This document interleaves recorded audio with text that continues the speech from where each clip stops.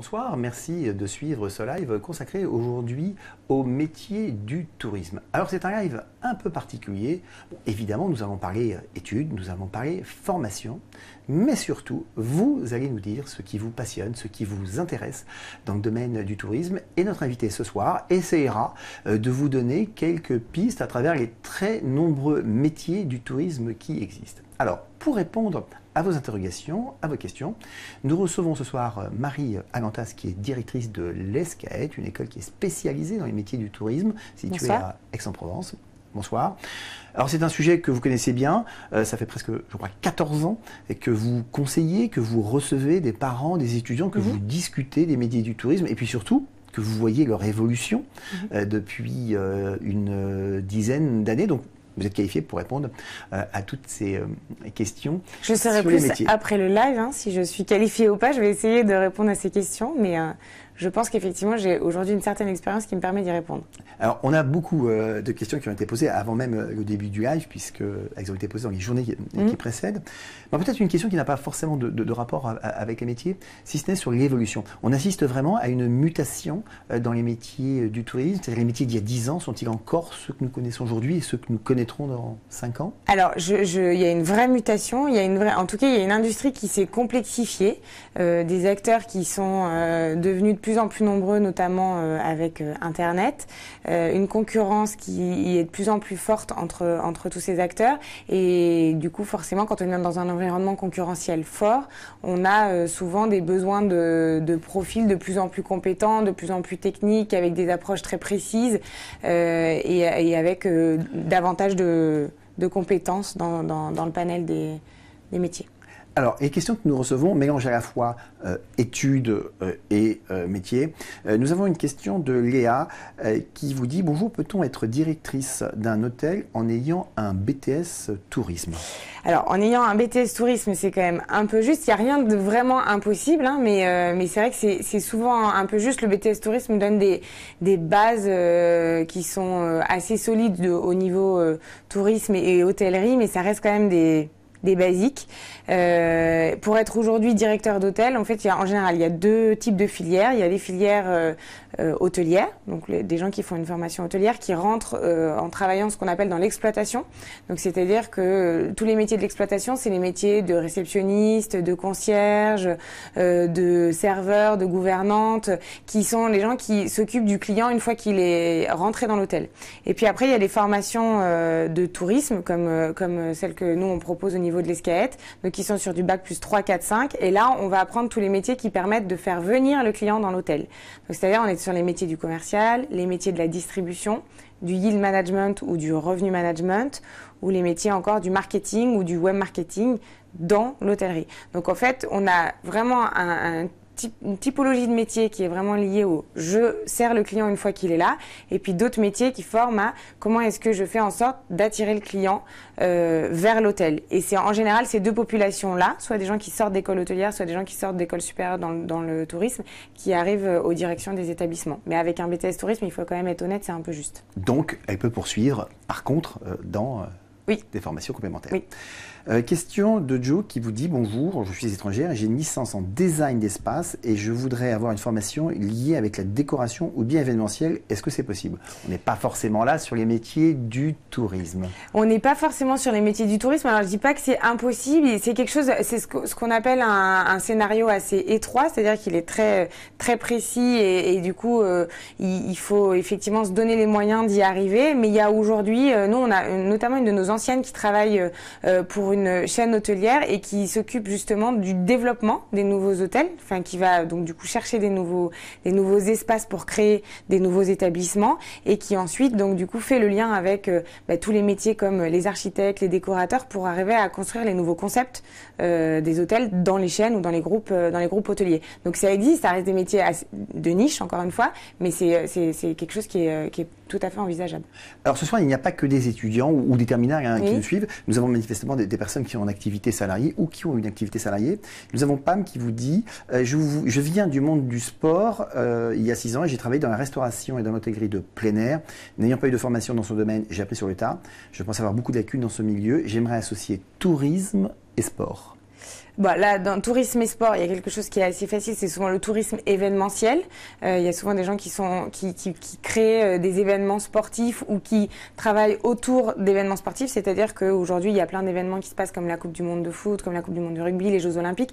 Et autour de ça, il y a des gens soit qui emmènent les sportifs dans les compétitions, soit des gens qui emmènent des férus de sport voir les compétitions. Donc il y a soit j'organise moi-même la compétition, soit j'emmène les gens pour venir voir ces compétitions. Donc ça c'est une partie sur la partie événementielle sportif. Et puis après il y a créer des produits autour du sport. Alors là c'est tout dépend de ce qu'on cherche, mais donc il y a aujourd'hui plein de filières qui se développent spécialisées en disant voilà par exemple je vais travailler chez un tour opérateur qui est spécialiste du trek, je vais travailler chez un tour opérateur ou une agence réceptive qui va être spécialiste par exemple dans la plongée, dans la planche à voile, dans le kitesurf, dans les sports de glisse sur la neige. Donc il y a énormément de possibilités là-dedans. Après sur la partie j'ai des compétences et j'ai l'impression qu'il m'en manque parce que voilà je les ai pas forcément apprises à l'école. Il y a plusieurs possibilités. Il y a la formation professionnelle aujourd'hui qui permet de récupérer sur des moments un peu plus courts, entre quelques jours à quelques mois de formation, des compétences qui peuvent nous manquer. Donc à travers de la formation pro que nous on peut proposer par exemple au niveau de l'ESCAET.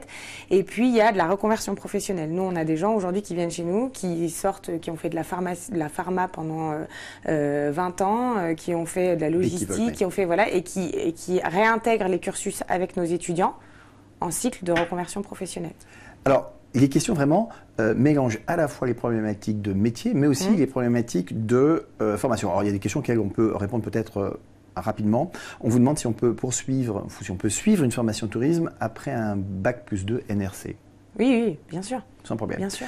On peut, et justement, c'est ça qui est intéressant, c'est d'avoir des profils un peu variés, puisque NRC apporte un socle assez généraliste, mais quand même assez lié sur la partie négo, achat, vente, commerce, qui sont aujourd'hui des métiers qui sont recherchés. Donc, ce qui manque à ces gens-là, qui veulent travailler dans le tourisme, c'est l'expertise secteur. Donc, en choisissant une école métier, une école de tourisme comme la nôtre, par exemple, ils vont venir chercher cette expertise qui va les rendre encore plus forts.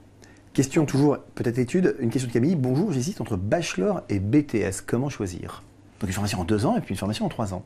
Alors ça, moi j'aurais tendance à dire qu'aujourd'hui, la formation en 2 ans, elle reste aujourd'hui un peu limitée en fonction de ce qu'on veut faire. Tout dépend de l'ambition de la personne, mais c'est vrai que comme je disais au début, on a quand même une industrie qui est de plus en plus complexe, des acteurs qui recherchent des profils qui en savent de plus en plus et qui ont de plus en plus de compétences.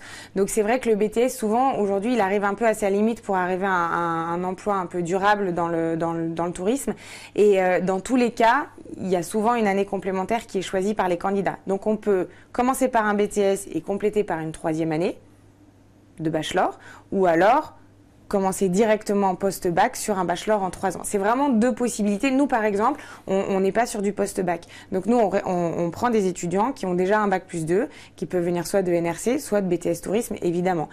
Mais il y a aussi aujourd'hui d'autres formations qui font autre chose et qui prennent du bachelor dès le post-bac. Donc les 2 sont envisageables en fonction de ce qu'on veut. Si, moi j'aurais tendance à dire que si la personne a vraiment envie de passer par le BTS, qu'elle le fasse, mais par contre qu'elle se dise a priori qu'il va mieux falloir continuer derrière.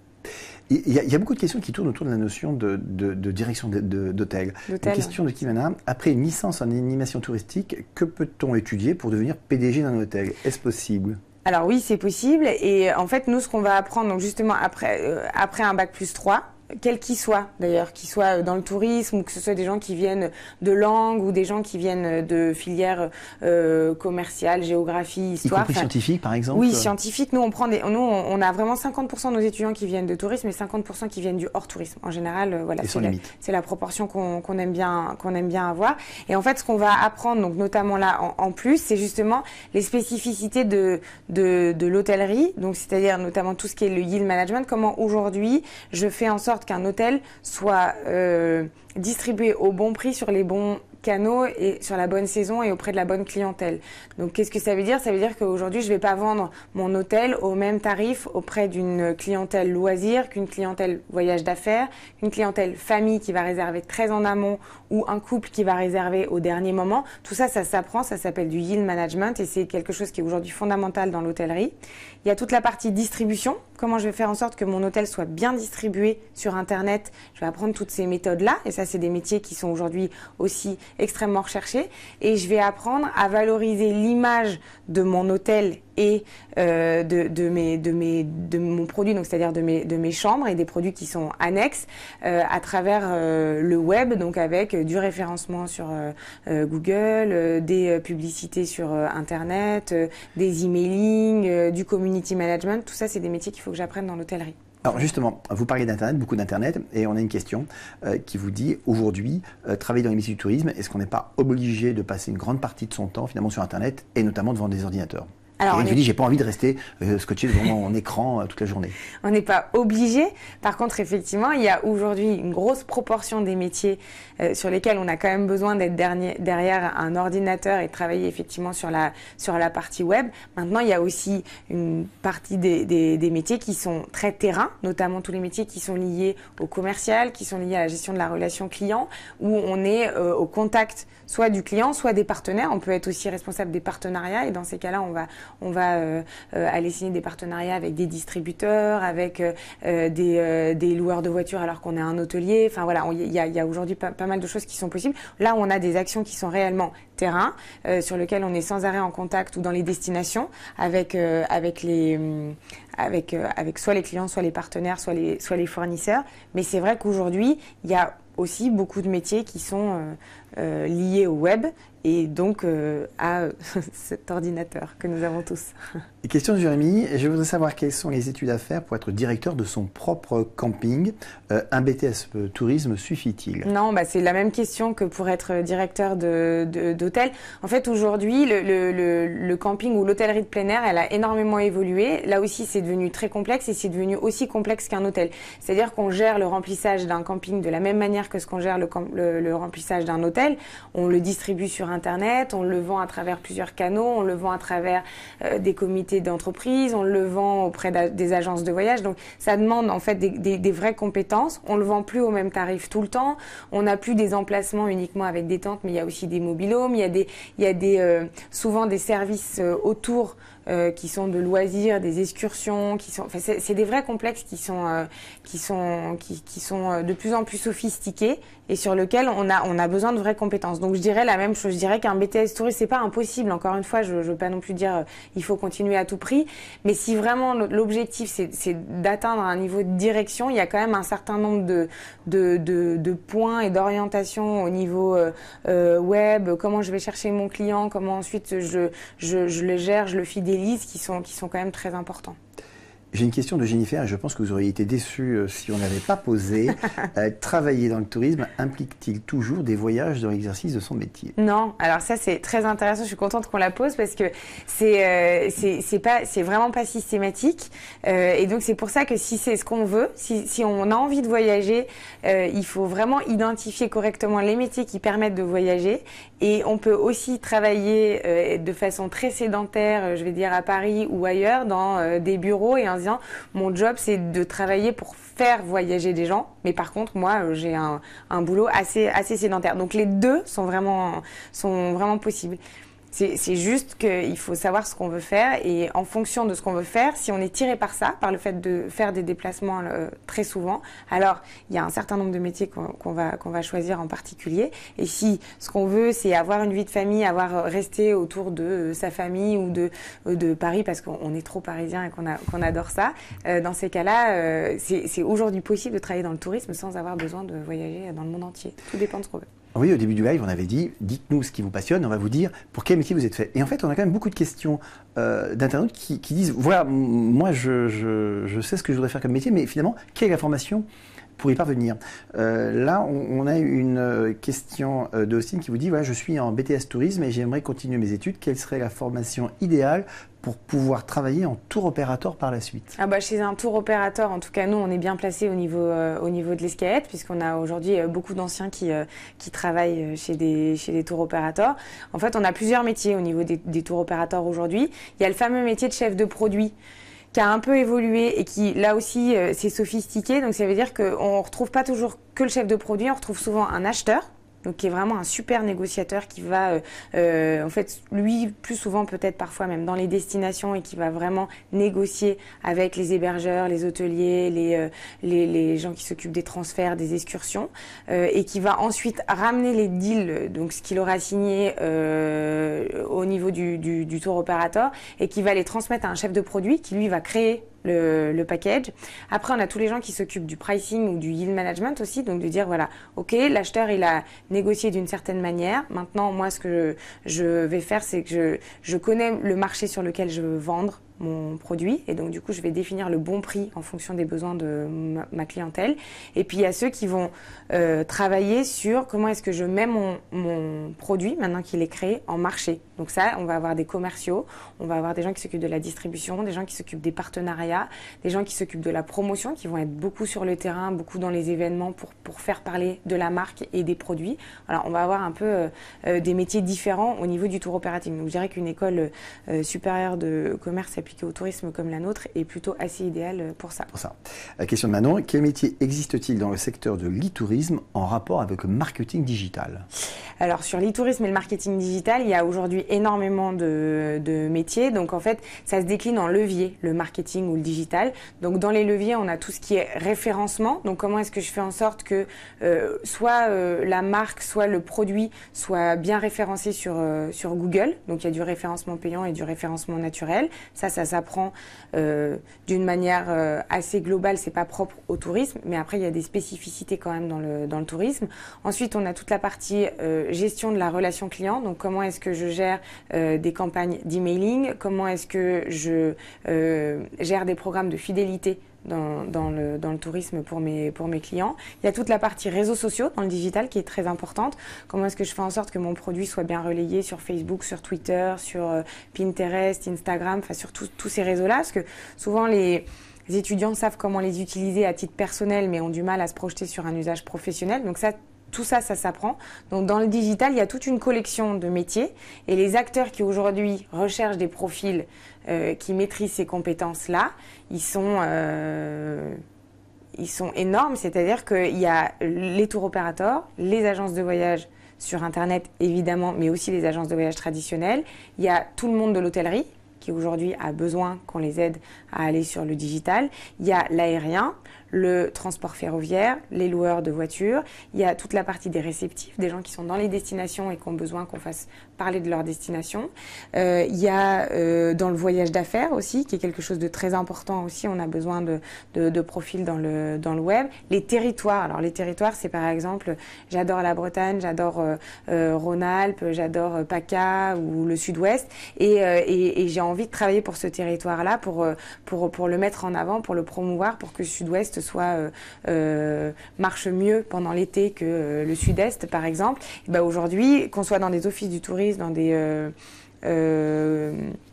comités régionaux de tourisme ou au niveau des départements, on a aujourd'hui des gens qui travaillent sur des métiers de la promotion et du web marketing et du digital au service des territoires. Alors sans savoir, vous avez répondu à la question de Gwenaëlle qui vous dit « Mon rêve serait de travailler dans le tourisme sans quitter ma région ». Elle précise que c'est la région Bretagne. Je veux dire Gwenaëlle, ça doit être la Bretagne. Sans quitter ma région pour autant.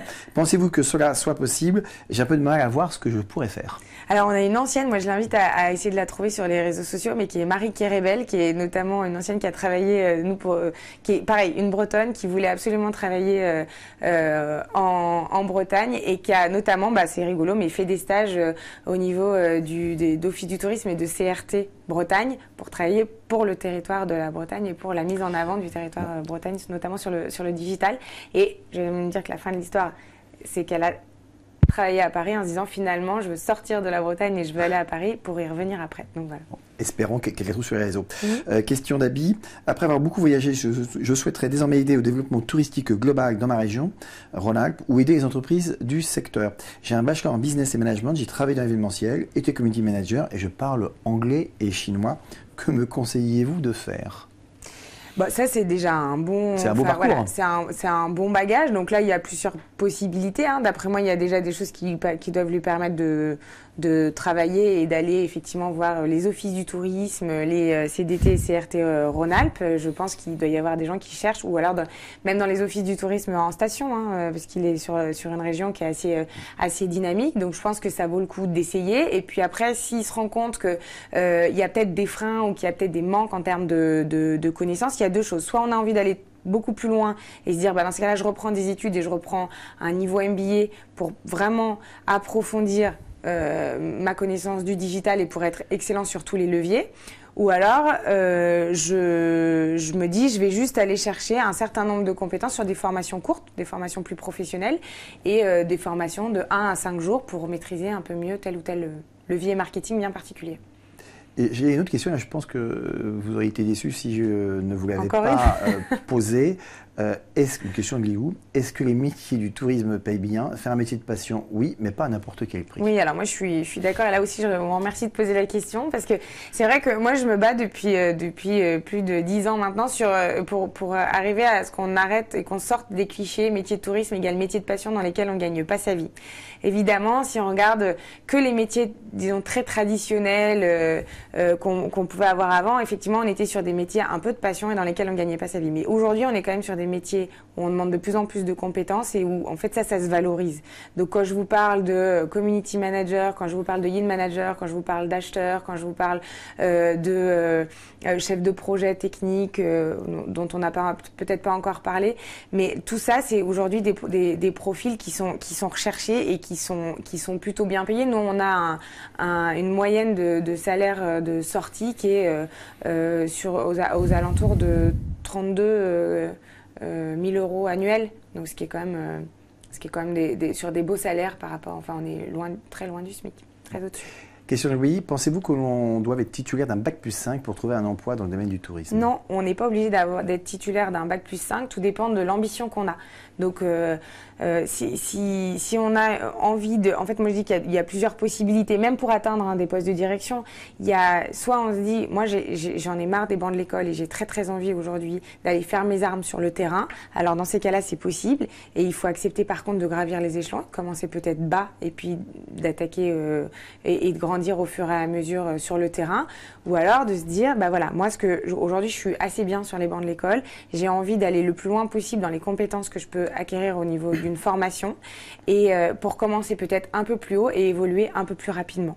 Voilà, tout dépend de l'ambition qu'on a. Mais tout le monde n'a pas envie d'être patron d'un tour opérateur ou d'un hôtel demain. Donc en fait, il y en a pour tout le monde, tout dépend de ce qu'on veut. Par contre, si on a beaucoup d'ambition et qu'on veut s'arrêter à bac+2, c'est parfois un peu plus compliqué. Et moi, je dis surtout que si on a les compétences pour continuer, quand même dommage de s'arrêter un peu trop tôt. Voilà. Alors, très rapidement, parce qu'on a parlé de bac+2, on a parlé de bac+5, vous recrutez à partir d'un bac+2 validé. Oui. Vous proposez des formations quoi ? En 1 an pour arriver à bac+3, ensuite des formations en 2 ans pour arriver à un bac+5 ? Alors, on propose une formation en 1 an, effectivement, après un bac+2 pour arriver à un bac+3, donc qui est la 3e année du bachelor. Et après, on propose une formation en 2 ans, donc un MBA, après un bac+3 ou après la 3e année de bachelor. Pour vous faire arriver à un niveau bac+5. Exactement. Question, j'aime le commercial, à quoi ça ressemble dans le tourisme ? Alors, le commercial dans le tourisme, aujourd'hui, s'il y a quelqu'un qui a envie de faire ça, il faut absolument qu'il s'accroche à ce secteur. C'est certainement un des profils que les gens recherchent le plus aujourd'hui et qui ont le plus de mal à trouver. Parce que c'est vrai que ce métier, il a une connotation qui n'est pas toujours très positive chez les gens. Il y a des gens qui n'osent pas, qui se disent voilà, qu'ils n'ont pas toutes les compétences, mais celui qui se dit j'aime le terrain et j'aime le commercial, aujourd'hui, tout le monde en cherche. C'est-à-dire que les tours opérateurs en cherchent pour faire la différence parce qu'il y a énormément de tours opérateurs qui sont concurrencés aujourd'hui quasiment par tout le monde. Il y a aujourd'hui dans le voyage d'affaires, il y a énormément de gens. Alors on n'a pas parlé du voyage d'affaires, mais le voyage d'affaires, je m'éloigne un peu du tourisme. Je travaille pour des entreprises comme Nestlé, Carrefour, Veolia, donc rien à voir avec le tourisme. Mais ces gens-là, ils ont des collaborateurs qui se déplacent un collaborateur, plus un collaborateur, plus un collaborateur qui se déplace, ça coûte très cher aux entreprises. Et ils ont besoin de gens pour les aider à maîtriser leur budget déplacement professionnel. Et il y a des commerciaux qui sont chargés au sein des agences de voyage ou au sein des éditeurs de solutions technologiques d'aller justement chercher ces entreprises comme Carrefour, Nestlé, Veolia pour arriver à gérer leurs comptes. Et ça, c'est des métiers dans lesquels on gagne très très bien sa vie. Réponse à la question précédente. Petite question de QTM, là, la réponse sera facile. Comment faire pour m'inscrire au sein de votre école? Bon, j'imagine qu'elle va sur votre site internet. Oui, voilà, on peut aller sur le site internet, donc www.escalade.fr, et on a toutes les informations. Voilà, mais c'est assez classique. Il y a une étude du dossier, il y a un entretien et il y a une synthèse qu'on demande de faire à l'étudiant. Question un peu précise là, Roll qui vous dit j'aimerais savoir, pour une personne à mobilité réduite, est-ce que vous recommanderiez le métier d'accompagnateur en tourisme vert? Si oui, connaissez-vous les formations à faire et avez-vous des contacts particuliers? Alors, je ne connais pas extrêmement bien les formations qui sont les plus adaptées. C'est sûr que nous, on est un peu moins là-dessus. Mais par contre, il y a des associations qui sont dédiées à ça. C'est Annette Masson qui en est la présidente. J'ai un trou de mémoire affreux sur le nom d'une association qui est spécialisée là-dedans, dans le tourisme. Et je pense que si vous recherchez Annette Masson, on devrait la trouver. Et voilà. Mais je pense que c'est pas une mauvaise idée de choisir ça. Et je pense qu'il y a vraiment des possibilités. La seule chose, c'est que moi, là-dessus, je sèche un peu plus. Mais je pense qu'il y a vraiment des possibilités. Question de Chloé, un peu pointue. Je suis actuellement en licence tourisme et je serais intéressé par un master tourisme et gastronomie, car le métier de critique gastronomique m'intéresse. Pensez-vous que cela soit possible sans être passé par une école de journalisme, et vers quel type de structure ensuite se tourner? Ça, c'est particulier comme question. C'est particulier aussi. Je pense que c'est possible sans être passé par une école de journalisme nécessairement. Par contre, ce qu'il va falloir faire, c'est notamment, ça peut être possible en choisissant une école, je pense, soit de commerce généraliste, soit une école dédiée au tourisme ou à l'hôtellerie, puisque là, on est là-dedans, dans l'hôtellerie-restauration. Et en fait, ce qu'il va falloir, par contre, c'est orienter le projet professionnel à 100% là-dedans. Donc, ça veut dire qu'il va falloir faire ces stages à chaque fois, soit chez des guides, soit chez des acteurs qui sont par exemple des sites d'avis comme La Fourchette qui regroupent les avis clients, des sites qui regroupent des différentes opportunités au niveau de la restauration et au niveau de l'hôtellerie. Enfin, vraiment, il va falloir orienter tout son projet professionnel là-dessus en fonction des différents stages. Et je pense qu'il y a possibilité d'y arriver sans passer par une école de journaliste. La seule chose, c'est qu'effectivement, là encore, on est comme un peu au tout début dans un projet qui est assez étroit et sur lequel il faut pas lâcher, il faut avoir beaucoup de volonté et il faut pas se faire déstabiliser par les gens autour qui vont dire faut que tu t'élargisses, faut que tu penses à autre chose. Enfin, je pense que c'est vraiment possible, mais il faut vraiment orienter tous ces stages au bon endroit. Deux questions sur les hôtels. Première question de Louise, mon rêve est de travailler dans un palace, mais plutôt comme adjoint du directeur. À votre avis, que faut-il viser comme étude? Et une deuxième question, toujours à propos du type d'études, pour quelqu'un qui souhaiterait gérer un spa dans un palace. C'est assez particulier.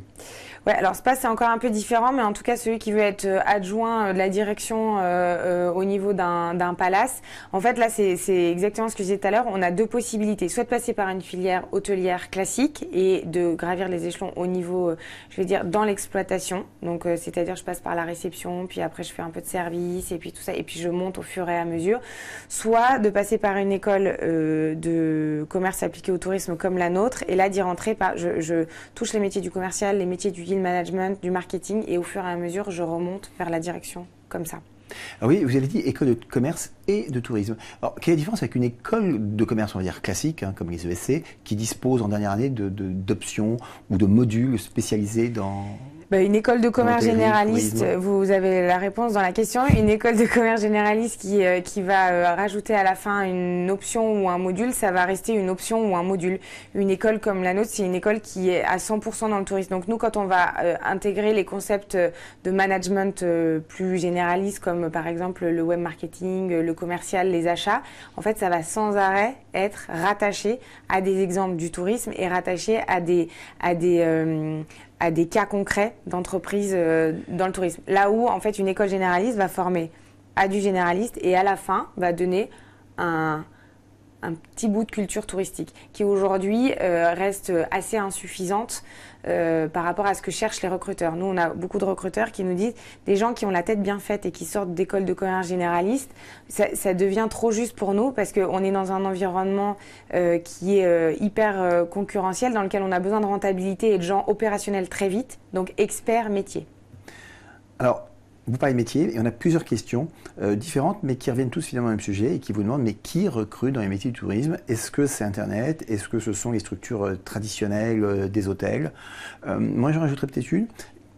Quels sont vos chiffres d'intégration professionnelle sur la promotion sortante, la dernière promotion sortante? Alors nous, on est à 90% de taux d'insertion le jour du diplôme, donc on fait partie des écoles qui ont un très beau taux d'insertion parce qu'on est sans arrêt en relation avec les acteurs de l'industrie, qu'on adapte nos programmes tous les ans, voire plusieurs fois dans l'année en fonction des besoins des différents acteurs. Et donc on forme vraiment au vrai métier dont l'industrie a besoin, je veux dire, aujourd'hui. Voilà, exactement. Et on n'est pas sur de la formation très, très généraliste, quoi. Voilà. Alors, qui recrute? Internet, les hôtels traditionnels? Alors, qui recrute? En fait, tout type d'acteurs. Il y a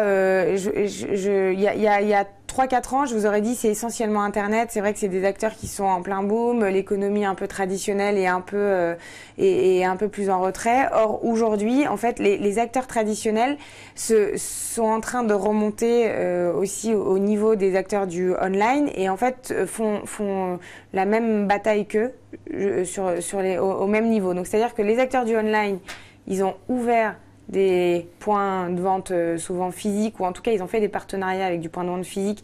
Donc eux, ils ont besoin de nouvelles compétences qui les aident à maîtriser la partie plus tradie.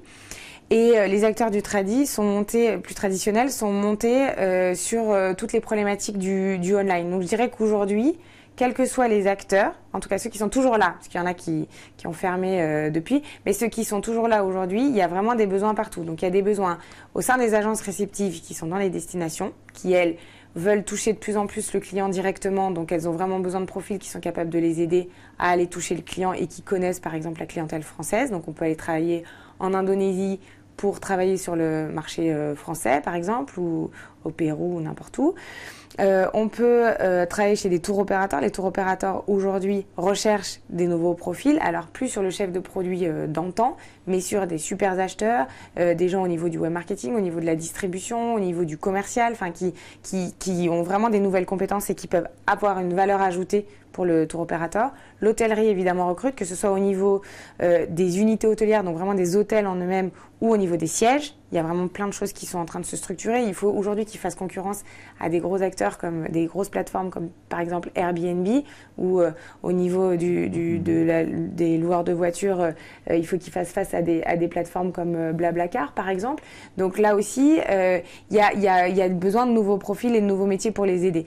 Au niveau du transport, il y a aussi évidemment l'aérien, il y a les aéroports qui sont en train aussi de se structurer sur des plateformes multimodales où ils intègrent et de l'aérien, et du train, et de la location de voitures. Donc là aussi, beaucoup de perspectives. En gros, en réalité, si on voit les choses comme il faut les voir et qu'on intègre les nouvelles compétences dont les acteurs ont besoin, vraiment, aujourd'hui, tous les acteurs recrutent. Ceux qui recrutent peut-être le moins, et encore non, même pas. J'aurais dit les agences de voyage, mais ça, c'est ce que j'aurais pu dire il y a 2 ans. Mais aujourd'hui, même eux, il y a les agences de voyage traditionnelles, en tout cas ceux qui sont encore là, sont vraiment en train de se réveiller sur plein de choses, donc ils recrutent aussi. Question de Rachel, quelles compétences mettre en avant pour se démarquer? Alors, on ne sait pas si c'est pour se démarquer pour intégrer une formation ou si c'est pour se faire remarquer pour être recruté. En tout cas, je vais partir du principe que peut-être c'est plutôt pour être recruté. Si c'est pour être recruté, tout dépend du métier vers lequel on va. Parce qu'évidemment, si on va aller sur des métiers de la production, on ne va pas mettre en avant les mêmes compétences que si on veut aller sur du web marketing, que si on veut aller sur du commercial, que si on veut aller sur de la distribution, de l'analyse. Donc en réalité, tout va dépendre du projet qu'on va avoir. 2 questions qui se ressemblent un peu. La première d'Émeric qui vous dit « Ce qui me plaît, c'est d'organiser des voyages pour les autres en fonction de leurs attentes. Je suis actuellement en L2. Croyez-vous que je doive repartir sur un BTS ?» Ah non. Non, non, non, non. Il ne faut pas repartir sur un BTS. Il faut terminer soit au moins L2 pour attaquer une troisième année de bachelor et se spécialiser directement. Vous recrutez des étudiants qui viennent de L2 L2, ouais. Donc avec des crédits Ouais. En fait, des étudiants qui nous disent, voilà, moi j'ai fait ça, mais maintenant ça y est, j'ai envie de me spécialiser et j'ai peur de, si je reste sur ma dernière année ou de langue ou plus généraliste sur du commercial ou quoi, ils nous disent en fait j'ai peur du coup de décrocher, donc j'ai besoin de me spécialiser tout de suite après ma L2. Puis il y en a d'autres qui disent, moi j'ai besoin d'aller au bout de ma licence. Je vais au bout et c'est après seulement que je me spécialiserai. Donc voilà, mais en tout cas, il y a absolument pas besoin finir sa L2 et éventuellement prendre une formation complémentaire. Ou même la L3, de finir le cursus licence globalement et puis de reprendre un master, un MBA à l'Escaët, en tourisme, évidemment. Autre question de Lily, j'aimerais organiser des événements à l'étranger pour des particuliers ou des entreprises. Cela correspond-il à un métier qui nécessite des études particulières? Oui, ça c'est le métier de chef de projet dans l'événementiel et c'est un métier qui demande lui aussi de plus en plus de compétences. Alors, dans l'événementiel, on le retrouve dans le voyage de loisirs et dans le voyage d'affaires. Donc, dans le voyage plutôt loisir, on va être sur j'organise des événements type des festivals, je m'occupe de, par exemple, en 2013, Marseille a été capitale européenne de la culture, je m'occupe justement de toutes les manifestations qui vont venir dans le cadre de Marseille capitale européenne de la culture. Et là, je suis sur de l'événementiel loisir grand public. Et je peux être sur de l'événementiel privé, qui est par exemple, je vais travailler pour Louis Vuitton, où je vais travailler pour Mercedes. Il y en a un qui sort une nouvelle voiture, l'autre un nouveau sac à main. Et je vais organiser des événements qui vont mettre en avant les produits. Et là, je vais les organiser dans des destinations très différentes, dans les capitales de la mode, etc., etc. Donc, il y a des événements qui sont aujourd'hui très variés et qui demandent des profils, pareil, de plus en plus experts de la négociation pour aller chercher les bonnes prestations, le bon hôtel, le bon transporteur, le bon traiteur, tous les bons partenaires et qui vont derrière avoir aussi des compétences en communication et en marketing pour arriver à communiquer autour de l'événement. Donc, c'est des métiers qui se complexifient et qui ont souvent besoin de profils qui sont allés assez loin en fait dans leurs études, ce qui n'était pas le cas avant. Une question Nina, et là on pourra citer la marque parce que moi mon rêve c'est vente privée voyage. Comment faire? C'est marrant parce que j'étais en rendez-vous avec eux il y a 1 heure, donc, justement. Et donc pour vente privée voyage, c'est pas mentir que de dire que là, justement, ils veulent signer un partenariat particulier, notamment avec certaines écoles, se rapprocher de certaines écoles, et qu'on fait partie des écoles qu'ils ont ciblées parce que on forme aujourd'hui des profils qui correspondent à ce qu'ils recherchent, c'est-à-dire des gens qui sont agiles avec les technologies, qui sont des bons négociateurs, des bons acheteurs, qui ont une super expertise secteur, donc c'est-à-dire qu'ils savent exactement comment fonctionne le tourisme, qu'est-ce que c'est qu'un hôtel, qu'est-ce que c'est que du yield management, c'est quoi des compagnies aériennes, c'est quoi une compagnie charter, une compagnie régulière, enfin voilà, qui maîtrisent extrêmement bien l'écosystème touristique et des techniques de vente, de marketing et autres. Donc là, je dirais que si j'allais travailler chez vente privée, là, vous me tendez vous tendu la perche. Ouais, tendu la perche, je la saisis.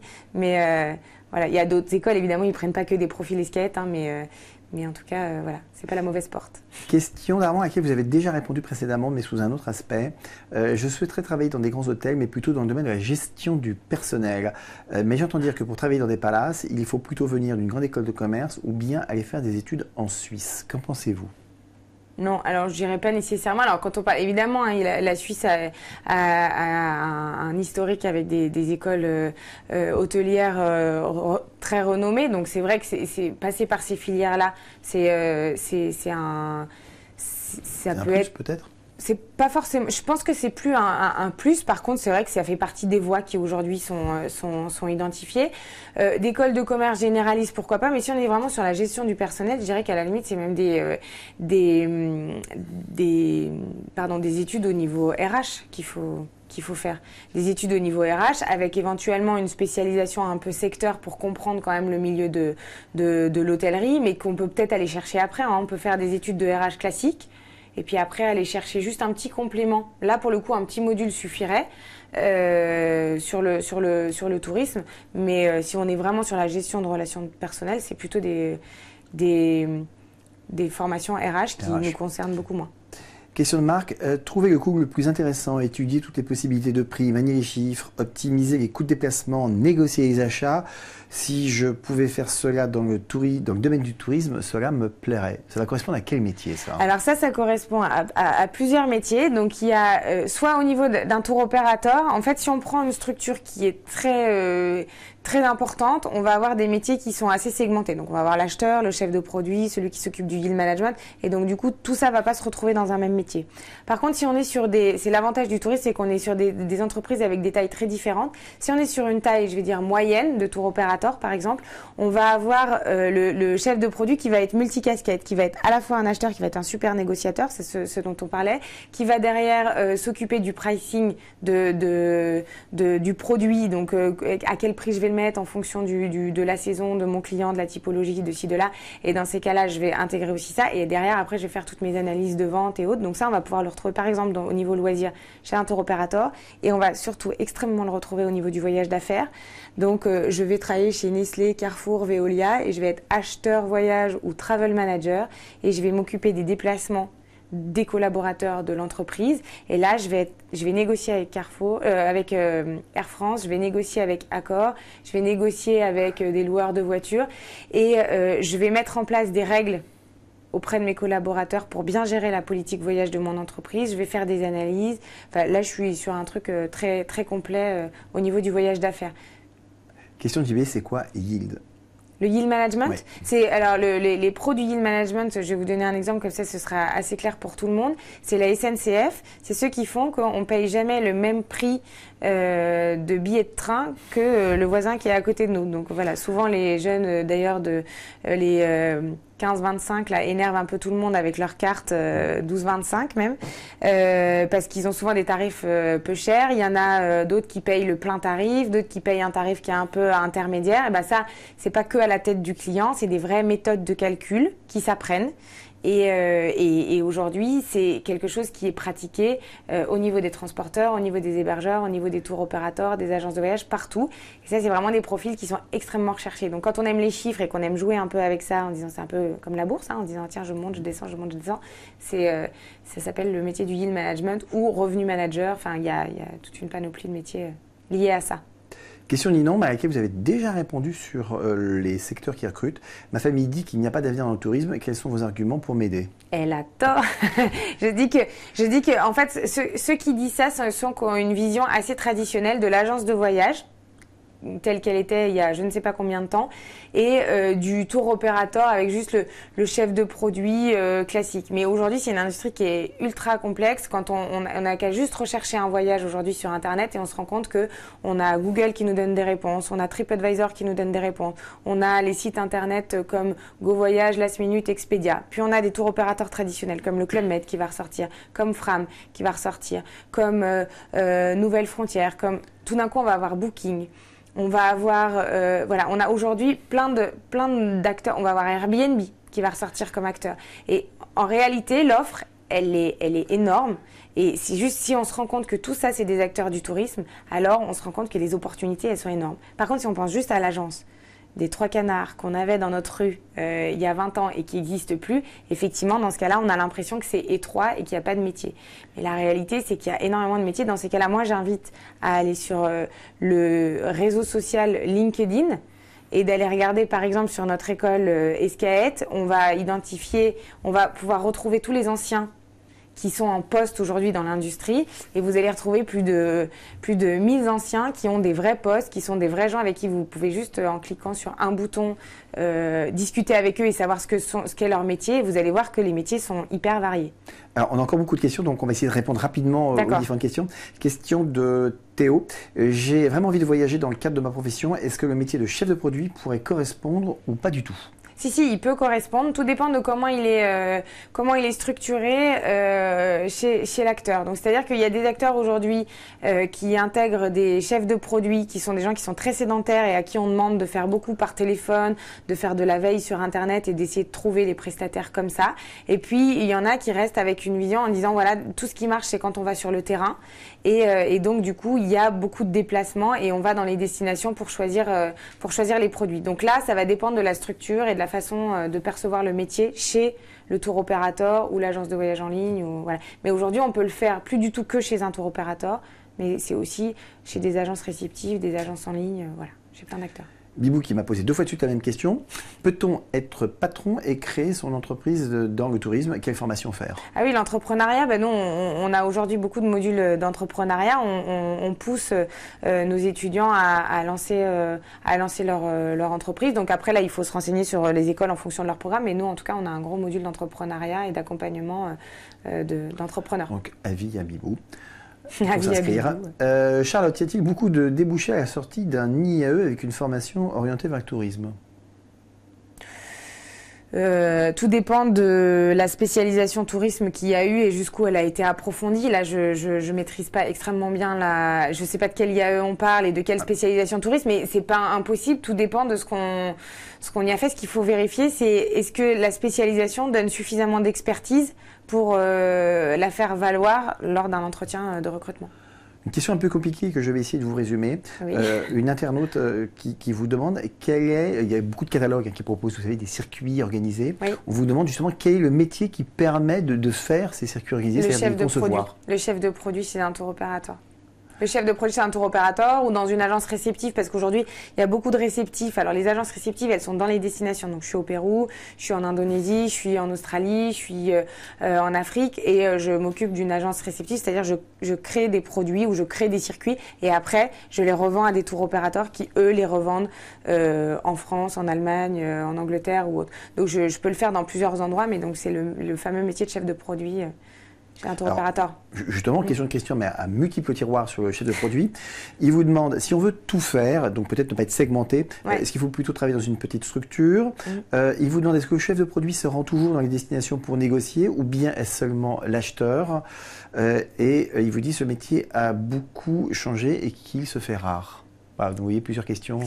Alors, c'est un métier, donc est-ce que vous pouvez juste reprendre? Alors, c'est un métier qu'on ne fait pas spécialement que chez le tour opérateur. C'est un métier dans lequel on peut effectivement se déplacer, mais pas forcément tout le temps. Là encore, j'ai répondu un peu tout à l'heure, mais tout dépend de la structure dans laquelle on va être. Il y a des gens des tours opérateurs chez qui le chef de produit se déplace beaucoup. Il y en a d'autres chez qui le chef de produit se déplace pas, mais c'est l'acheteur qui se déplace. Il vous demande, est-ce que l'acheteur se déplace beaucoup et voyage? Alors, c'est pareil, ça va dépendre de la structure dans laquelle on est. Donc, il y en a qui se déplacent, il y en a qui se déplacent moins. Et après, effectivement, si on veut avoir le poste qui est multicasquette, c'est-à-dire qui intègre à la fois l'achat, les négociations et la conception du produit. Alors dans ces cas-là, il va falloir aller sur une structure, pas forcément petite, mais une structure plus moyenne. Plus on va être dans une grande structure, plus les métiers vont être un peu séparés. Et dans ces cas-là, on va avoir l'acheteur d'un côté et le chef de produit de l'autre. Et après, c'est un métier qui existe de moins en moins, encore une fois, avec la vision traditionnelle qu'on en avait. Par contre, c'est un métier dont l'intitulé existe toujours. La seule chose, c'est que c'est un métier, ça s'est complexifié. On lui demande de faire des analyses en amont.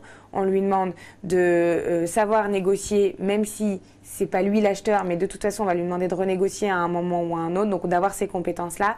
On va lui demander d'être capable d'analyser et de piloter les ventes, c'est-à-dire de regarder comment sont les ventes et de réajuster ces négociations en fonction. Donc, c'est quelqu'un à qui on demande de plus en plus de compétences. Voilà. 2 questions de la même personne. Stage ou alternance, j'ai besoin de conseils. Alors, d'ailleurs, proposez-vous des formations en alternance? Non, alors nous, on ne propose pas de formation en alternance. Alors, je vais expliquer pourquoi. En tout cas, nous, on n'est pas forcément pour l'alternance. On estime qu'on est sur nous, en tout cas dans nos formations, sur du bac plus 3, 4, 5. De bac à bac plus 2, sincèrement, je trouve que l'alternance est une assez bonne formule. Sur du bac plus 3, 4, 5, on commence à toucher des métiers à responsabilité. Et quand on touche des métiers à responsabilité, c'est très difficile de se dire, ok, je vais être une semaine en entreprise, m'occuper d'un sujet à responsabilité, puis je repars à l'école, puis je reprends mon sujet à responsabilité, puis je repars à l'école. Donc nous, ce qu'on a constaté, c'est pas toujours vrai. Donc attention, c'est pas toujours vrai. Il y a des entreprises qui le font très bien, mais il y en a quand même beaucoup qui le font pas suffisamment bien.